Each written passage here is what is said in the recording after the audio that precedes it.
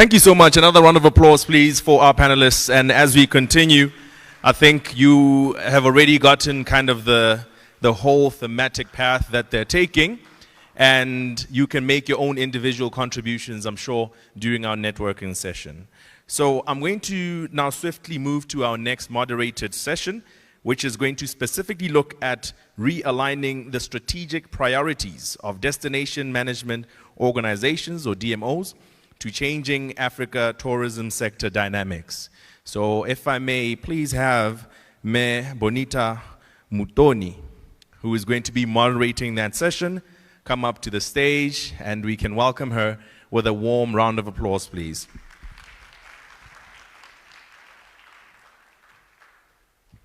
Right. Let me just share a little something about her as she's walking up here. Bonita Mutoni is the founder of UberLuxe Safaris, one of Rwanda's ultimate authentic safari and destination experience management businesses. ULS is a boutique luxury safari company that offers bespoke tours and travel packages within the Eastern African region, offering the highest level of bespoke services to discerning travelers. So this is the caliber of the person that's going to be handling this next panel conversation. Thank you so much.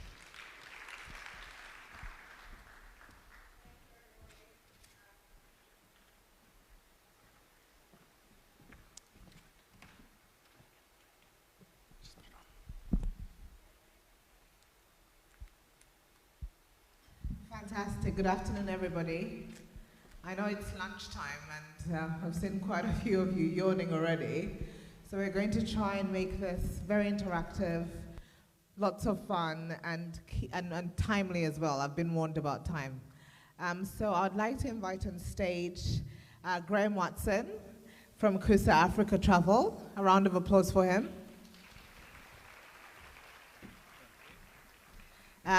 Jeanette Moloto, Director Global Sales, Marriott, Sub-Saharan Africa.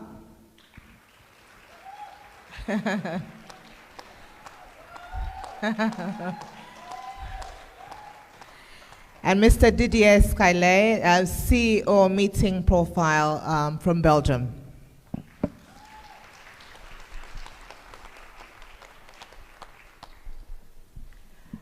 Well, as I said, we'll try and keep it as fun as possible. You could see Jeanette is very colorful, so I was hoping to bring some color to the session.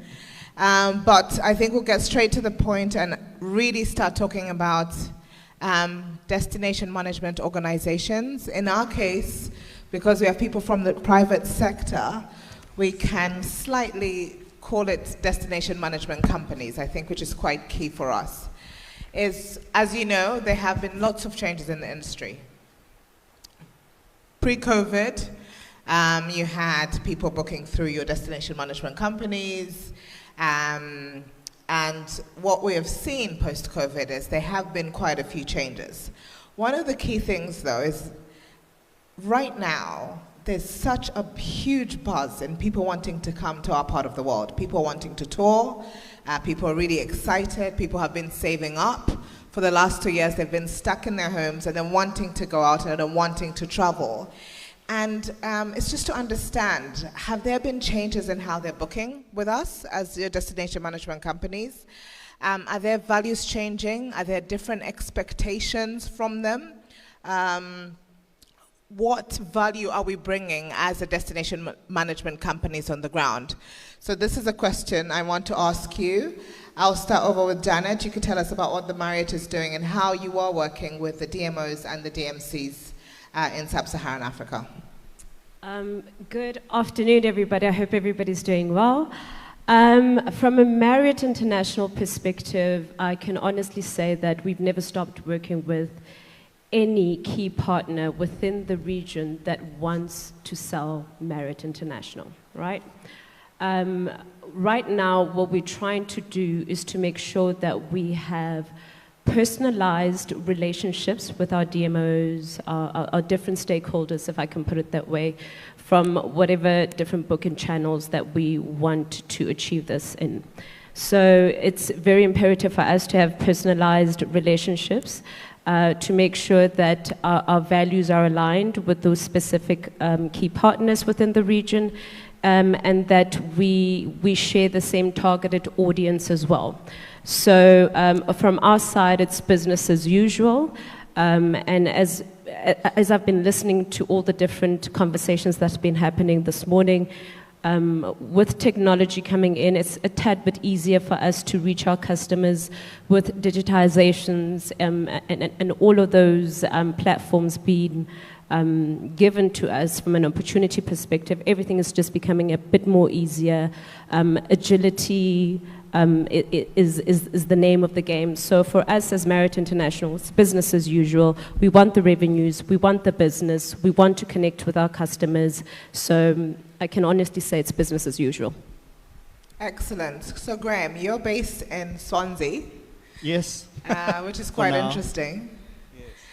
Beautiful, beautiful town. Now, just a quick one. What are you finding? Because you're out in the market. You're actually in the international market. You are talking directly to our clients. What are you finding are the expectations from us as the DMCs on the ground? Well, I started my DMC, as you do, in September 2020. So right in the heart of COVID. And, you know, what I'm finding is that people went through a lot in terms of not being able to get hold of the right person at the right time when there was a crisis. So I'm finding that people are looking for that. As you said, it's all about personalized relationships. People are looking to know that they can phone Graeme, WhatsApp Graeme, FaceTime Graeme. I'm on 45,000 different platforms, well, not 44 maybe, but that people can get hold of me on. And, you know, for me, it's especially people want to hold somebody accountable. And they don't want to, as much as people are also booking online, I think people want that reassurance. I think what COVID taught us is that, you know, the online platforms don't give you that personal attention. So the guest on the ground whose flight was cancelled and the airports were grounded and their home airport was closed and nothing, they didn't know anything. They had the chain of events of how to get hold of the destination management company, who could assist, who could rebook hotels. I mean, we don't want to relive that madness, but I mean, that's what we know is the importance of DMCs in the changing world. Sorry, I have made notes. I'm not looking on Instagram here. Are we sure about that? Yes, no, look. Clients are probably texting him on Instagram. Yeah, clients texting me, so no, I'm joking. So yeah, I mean, I just said we bring accountability and we instill confidence because people know that they've got that person to get hold of. And that's what I'm finding. I also run a representation company in the UK too, where I look after businesses around the world that want reps on the ground in the UK. And what I'm finding is that even the UK tour operators want to know that there's somebody in their home country that they can pick up the phone if something goes wrong. It's all about that. It's all about the human-to-human interaction. You know, as much as we talk about digitalization helps us fulfill the booking process and the actual getting out there and getting the attention. But I think once the clients are on the ground, the term digitalization goes out the window and then person to person come back into full force. I've got a lot of other things to say, but I'm sure you've got questions. So Didier, I would love to hear your thoughts on how the client is booking. Do you feel that there's still a role for us as DMCs on the continent and what we're offering? I agree with everything they said, by the way. Ditto. Yeah, definitely. There is a role. I mean, we talked about digitization. I think what COVID has done is also demonstrating that there are many things that you can't do digitally. And our industry, meeting, business events and all of that, and tourism, are things that you cannot really digitize. There are few things that you can do differently in terms of capturing content as a conference like this, editing it, putting it on the web, tagging it, so, and then eventually sell a digital event next. But nothing is going to replace this, ever. And I think that's what we've learned. So again, if it's simply one-way communication, then yeah, you can probably do that online. If you start talking around innovation, around trust, around commercial relationships, around team building, around all of these elements, nothing is ever going to replace it. Now, in terms of DMOs / DMC, because I'll put them in the same box, I think the role has evolved in terms of the kind of facilitation role that they need to have for the destination. Most requests for proposal that I came across 5 years ago were what I would call purely functional. How many square meters do you have? What can you cater? What is your menu? What's your flight availability? What's all of these things? We've seen a tremendous evolution of those now, because almost all of them have at least 3 components. They have a CSR component. So what is our footprint? What is the legacy that we're leaving behind when we have a meeting in a place? And then there is obviously a digital component as well, is what is your digital ecosystem? Because the delegate used to come to an event like this, and basically if he or she would need to take a Zoom call, he or she would need to go back to the room. So I think you see an evolution also of basically venues and places towards places where it's recognized that people will be in the room, but they also need to be outside of the room at times, and they need to have pods, or they need to have places, and a business center with 1 printer and 1 screen is probably not going to make it. And that's where, again, I think DMCs and DMOs have a huge role to play as expert in the destination, in building an ecosystem, because I've seen venues building TV studios, for example, which I think is ludicrous, because by the time it came on the market, it was outdated. But they need to understand that if there is a need for a digital presence at the meeting, these are the partners that the organizer can work with. It's a long-winded answer, but covering a few things. Excellent. I think the key thing that you have talked about is the DMOs and DMCs and how they're working together. And that's an incredible, a critical actually relationship that we all must have. And I will talk in the case of Rwanda, because I'm Rwandan and my company is based in Rwanda. We actually have what we call a tourism working group, and we meet every month. So the DMOs will meet with the DMCs and kind of talk through what our expectations are of, Visit Rwanda as a DMO, how we can support each other.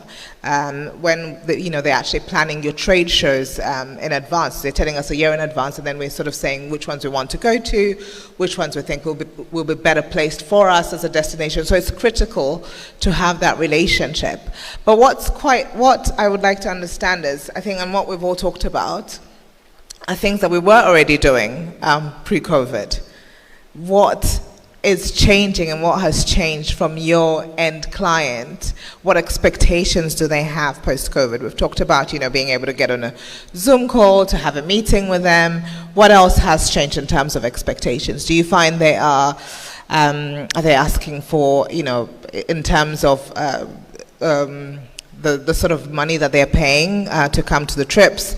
Are they asking for discounted offers? Is that something that you're finding that they're asking for post-COVID? Are they willing to pay more for these experiences because they've been at home for the last 2 years? What is changing? And that would be interesting for the audience to find out. What has changed from your client post-COVID? I think from my side, as much as things have changed, as much as things have stayed the same. One of the things, a theme that we're hearing, and I think my colleague here touched on it, is sustainability. I think everybody spoke about all the changes in the earlier sessions that I was listening to, but I didn't hear a lot about sustainability. And right now, sustainability is key in each and every single thing that you do.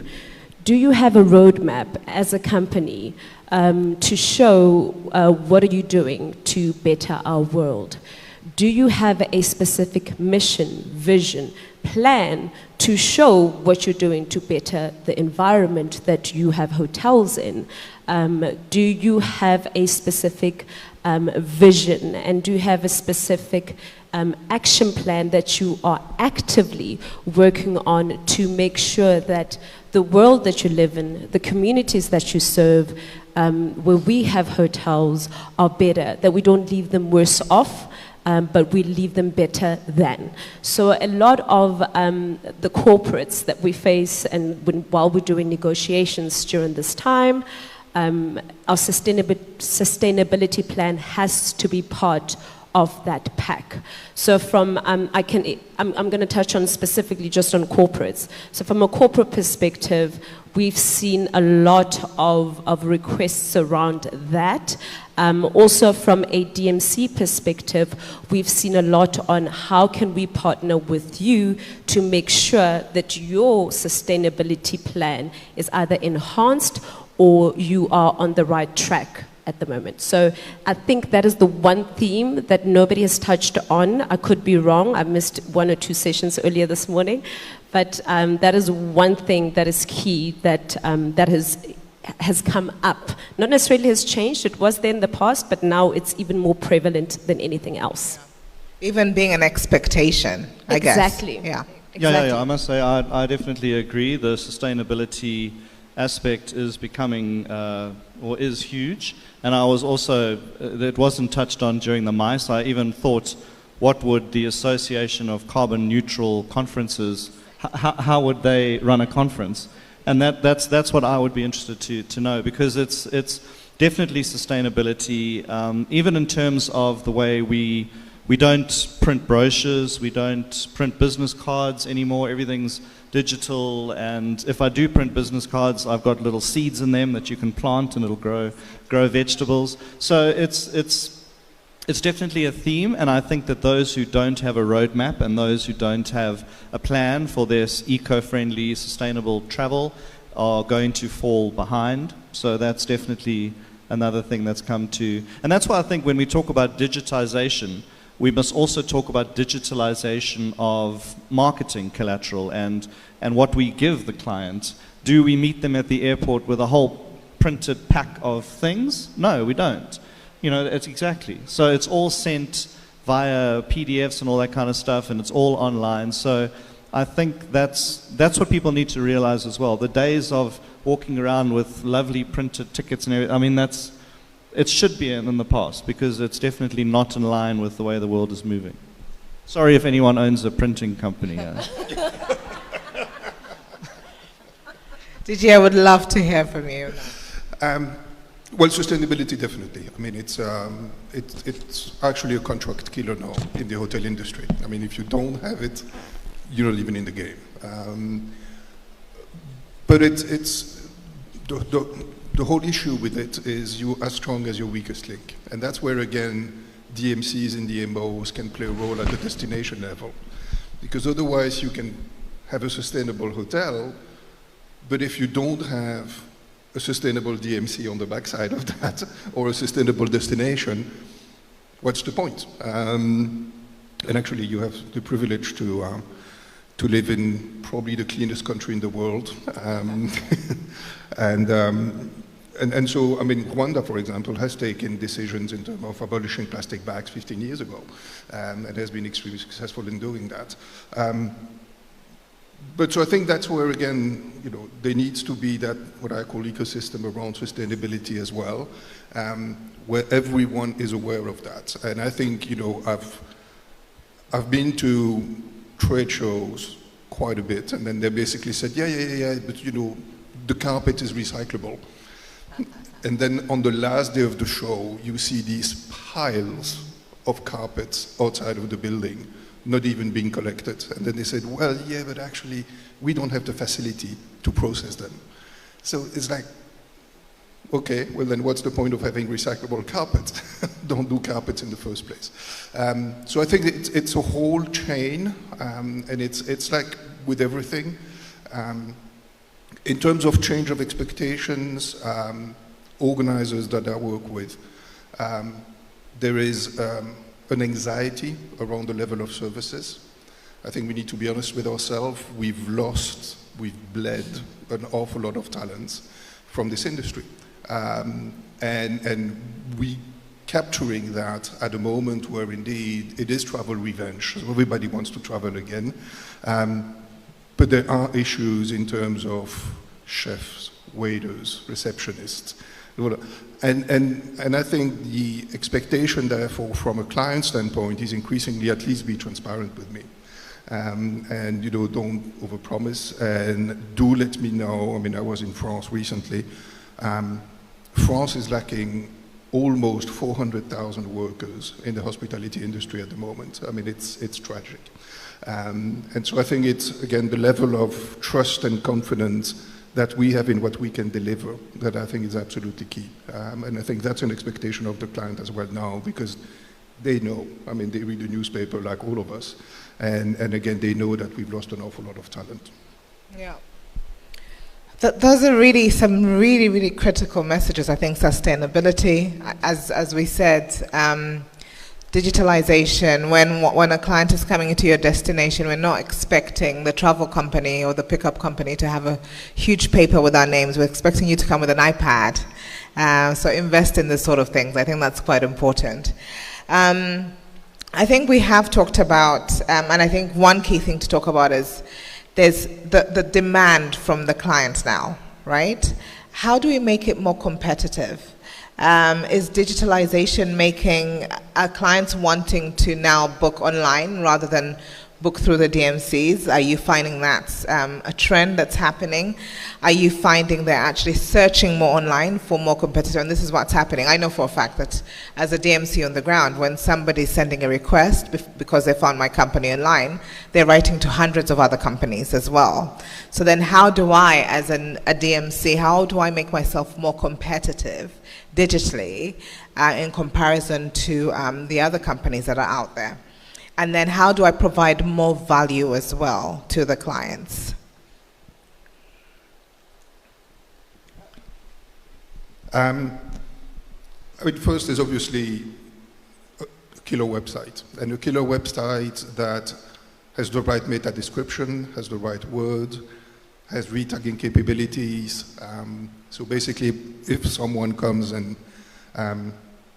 find you digitally, they automatically retarget it, and you can keep on pushing messages and eventually set up a call and doing all of that, but there is just an awful lot of automation that needs to take place. There's obviously also virtual environment that are being built at the moment, and I think, and I don't see that as a threat. I was part of the industry when teleconferencing was introduced and everybody said, well, it's going to kill the business. It didn't. I don't think metaverse is going to kill our business. And I'll have a session on metaverse tomorrow. But I think these are having a presence that's reinforced permanently with the right tools, with the right automation, is actually becoming critical. Then after that, it's down to who's going to travel for what. And I think there, you see a reduction, definitely, in terms of size of groups. And it's actually probably a good thing. Back to some of the sustainability component, there is a conference in Europe which is radio-oncology, so it's basically treatment of cancer through radiology. And their meeting moved from 7,000 to 5,000 people. But their sponsor said these were the absolute right 5,000 people. And so as a result of that, they said, we're not going to go back to 7,000. We know that corporate is not going to send more people. Simply because even now in a lot of corporation, you actually pay an extra fee from your department if you travel. Microsoft has just moved that from $75 to $150. So the head of department basically said, yes, I agree, you can go to that event or make that trip, but I'm going to get charged internally $150. And so that changes the dynamic in terms of why people travel.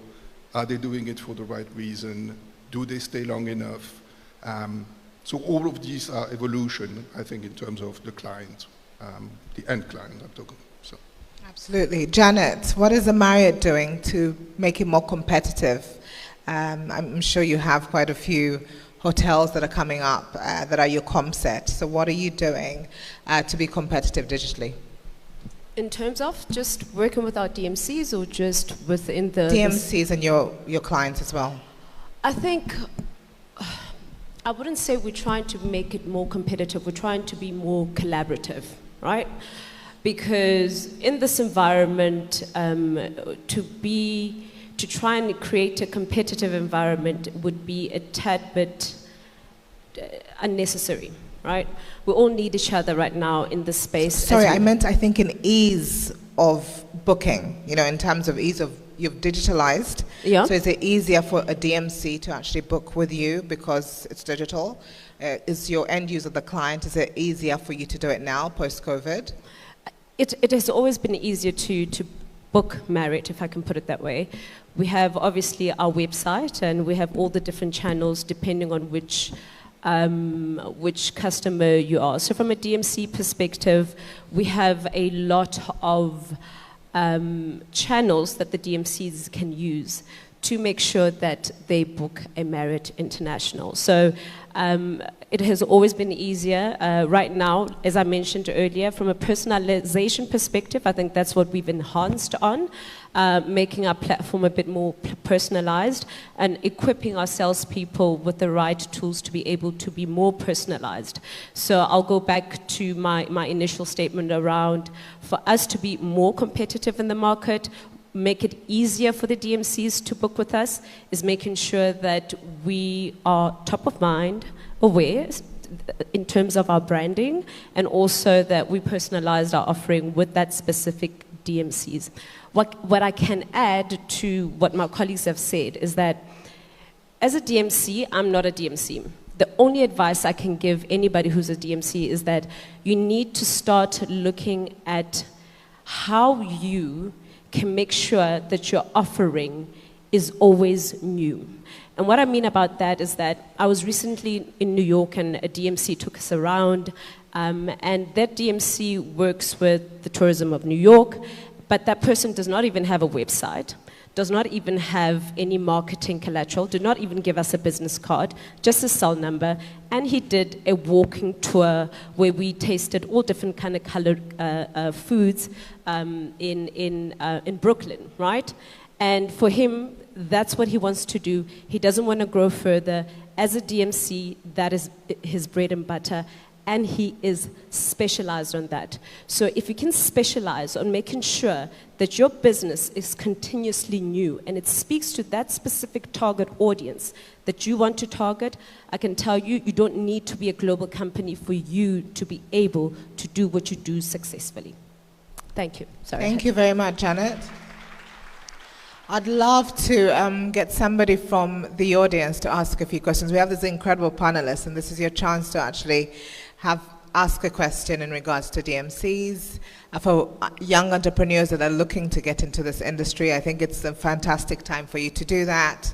And there's still a need for your DMCs. I think that's important. There's a huge value in being a DMC. And of course, we're looking at digitalizing and how we blend that to create the best experience for our client. Does anybody have any questions, or would they like to ask any questions? We've got somebody in the back on the right.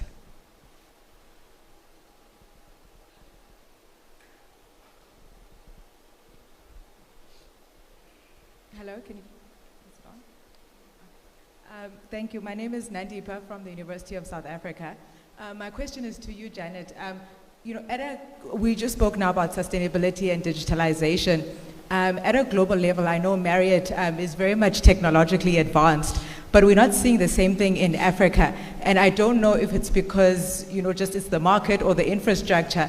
And I mean in terms of online check-in, where we don't have to come in at the hotel and fill in papers and still have our passport scanned, where we can actually do this either online or before arrival, or we can, when we get there, do our own self-service check-in, especially if we are a group, and then, you know, it also reduces the congestion at reception.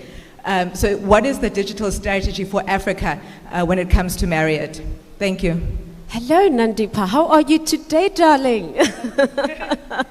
You just had to ask me a question. Okay.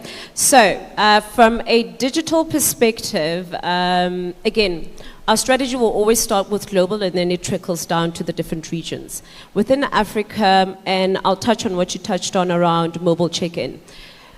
We have just over 200 hotels within Africa, and out of those 200 hotels, 50 have mobile check-in. Now, it's going to go in phases. We are hoping by our deadline is 2025, and for that specific mobile check-in for all of our hotels in Africa, we're hoping we're going to make it based on the infrastructure that we have within the continent and the key partners that we would love to work with within Africa. So it's based on two things. Who can we work with in Africa to make sure that our mobile check-in is as easiest, as simplest as possible? And secondly, the infrastructure of that specific country, because we cannot dictate certain things. But right now, as I speak to you, over 200 hotels within Africa, 50 of those have mobile check-in. So I hope that answers you, Nandipa. Hundreds! Thank you very much, Janet. We had another question. It's right here in the front. If somebody could bring a mic to the front. There you go.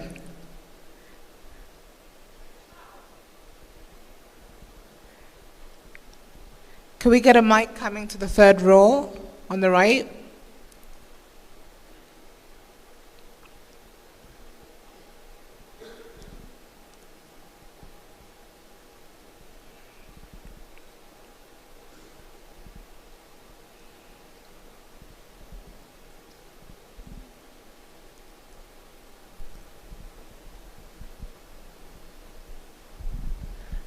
Good afternoon, everybody. I'm Marina Novelli. I'm Professor of Tourism and International Development at the University of Brighton. Thank you very much, Janet, for raising a very important issue besides bringing color to the panel, which I find it a bit rather strange as an introduction. But anyway, the bottom line is you raised one of the most important things today, which finally came to the fore, which is sustainability. And digitalization has been seen as one of the core vehicles to promote sustainability. My concern is that, unfortunately, digitalization has been used in a lot of DMC as a vehicle for greenwashing, rather than really using the potential you could have to send that message. I know Marriott is doing a lot in terms of the sustainability agenda, looking beyond digitalization. But I would like to know from the other speakers, from their perspective, and obviously there was a concern expressed in the events context, how important it should be to train people to understand that agenda. But also from an international development perspective, what would be, in your opinion, the most important thing really to train the future generation? Here we've got quite a few students which would really benefit from that message. Thank you. Yeah, I mean, I can take this one. I spent a lot of time talking about sustainability on an app called Clubhouse. I'm not sure if anybody knows about that. And when I can't praise Clubhouse enough. It's similar to this, moderated talks, and you can get people in from all over the world. So if you have a topic that you want to talk about, anyway, check Clubhouse out. You'll like it. I'm on there. Sustainability came up a lot during COVID. My opinion about how to stop greenwashing. Greenwashing, for those who don't know, is faking your green credentials online, talking about things that you don't necessarily do. How to prevent that came up quite a lot in the conversations that I've had about sustainability. I'm in favor of a peer-to-peer organization that accredits businesses in terms of their sustainability credentials. What I'm not in favor of are people charging thousands of pula or thousands of rands to get a certificate that says you are sustainable that you can't afford to get. So rather spend that money on becoming more sustainable and have a free accreditation system run by us as an industry where we all just double check each other's properties in our own way. So it's a voluntary peer-to-peer system that can allow small businesses to get on that sustainability bandwagon without having to pay thousands to join an association to prove that they are sustainable. So that's one way of stopping greenwashing, is when people can afford to get the correct accreditation. So that's just one way. And then you can use that digitalization. There was a great speaker that I met from China, and they are talking about blockchain technology to make sure that everything is 100% and irrefutable, that accompanies sustainable credentials are correct. So there's a lot happening, and I think that we just need to keep an eye on that and try and just keep the costs down of getting sustainable credentials. That's what I think. Fantastic. Your thoughts, Didier? Yeah, a few points. One, there needs to be a certain political will that's behind that as well at the destination level. So again, we're back to destination management. If there is that will, then it will take a bit of time. I mean, we just heard a previous speaker from Estonia. I was traveling to Copenhagen last month, and Copenhagen is actually going to become carbon neutral by 2025. And there is just a massive development of wind energy. They increased the tax for cars by 200%. But there was just a very strong political will behind, we are going to make these destinations sustainable. It will become increasingly important for the younger generation. I'm moderating a panel of young leaders. And when actually, if you look at what the priorities are for executives and what the priorities are for the young leaders, sustainability is clearly all the way up there. It's also going to go in terms of changing behaviors and how we source food and where we source it. Again, I used to live in a country called Luxembourg. Most of the hotels in Luxembourg don't serve orange juice anymore. And they've replaced that by apple juice because they are a huge producer of apple juice. And so as a result of that, all of their juice are sourced within 40 kilometers of any of their venues and properties. So it's that kind of behavior that I think you will see, and that's not greenwashing, but there again, there was a concerted effort by the political world to say, we're going to tackle this. So yeah, these were just few elements on that. Thanks very much, Didier. We have a couple of questions that we got from some of our audience that are watching online. And one of them is, how can we fill the gaps in infrastructure when implementing digitalization in our different businesses? Really interesting question. I don't have the answer to that. To you, Graeme. Yeah, I'm not gaps in infrastructure. Well, I just need that. I suppose we can't get that clarified, can we? I don't know what that particularly means. Gaps in the internal tourism, infrastructure of the... how can we use digitalization to stop the gaps in infrastructure? Yeah. Look, I mean, there's so many platforms that you can use. If you've got and what I was going to try and touch on as well is that I think that we as also a tourism collective need to identify these gaps in infrastructure. And, what I hate is that almost everything you look for online is run from Silicon Valley charging us in dollars, which we can't afford. And I think that if we can come up with solutions for Africa as a continent that charges, even if it's monthly subscriptions for digitalization documents, for example, so that you can send somebody a document and they can digitally sign it and everything's like that. But it's all dollar-based monthly subscriptions, which most of us working in Africa can't afford. So I think what we need to do is use the university students, use the universities, we can all come up with the gaps, what is needed. But I think we need African-run businesses helping African-run businesses. That's what I think. I agree with you 100%. Yeah. Not Silicon Valley. And again, sorry if you run a Silicon Valley company. It's a really good question, and I think this is for the DMOs. And it says things such as internet connectivity and mobile coverage play an important role in the industry, but we don't have control over what happens and what developments are being implemented. I think this is a question more for our DMOs and our governments, especially in a world where we're saying digitalization is where we should be going.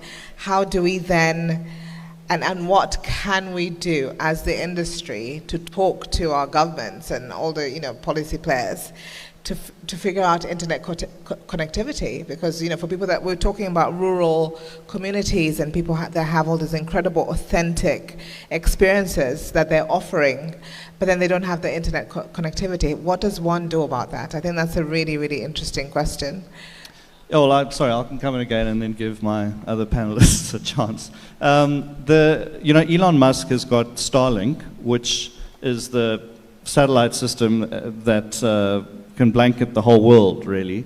And what I find bizarre is that, being based in the UK part of the year, is that the UK is covered by Starlink. But if you look at the map of Africa, it's not covered. And, almost every home in the UK can get broadband access.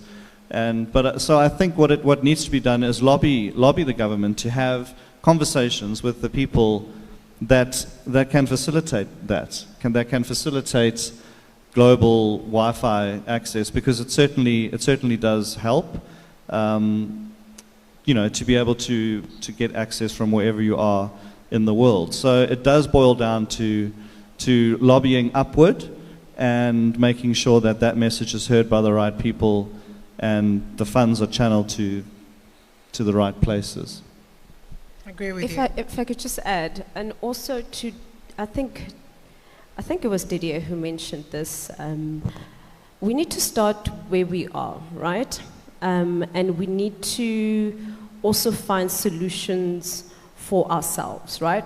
So if our government is not doing what our government needs to do, let's create those small work groups where we are and start figuring out and finding solutions for ourselves instead of waiting all the time for our government. Our government will catch up.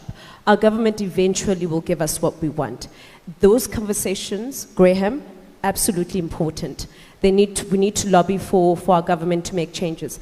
But young people who are well educated, go to school, let's start forming those work groups at school to say, right guys, these are our issues, what do you think we can do?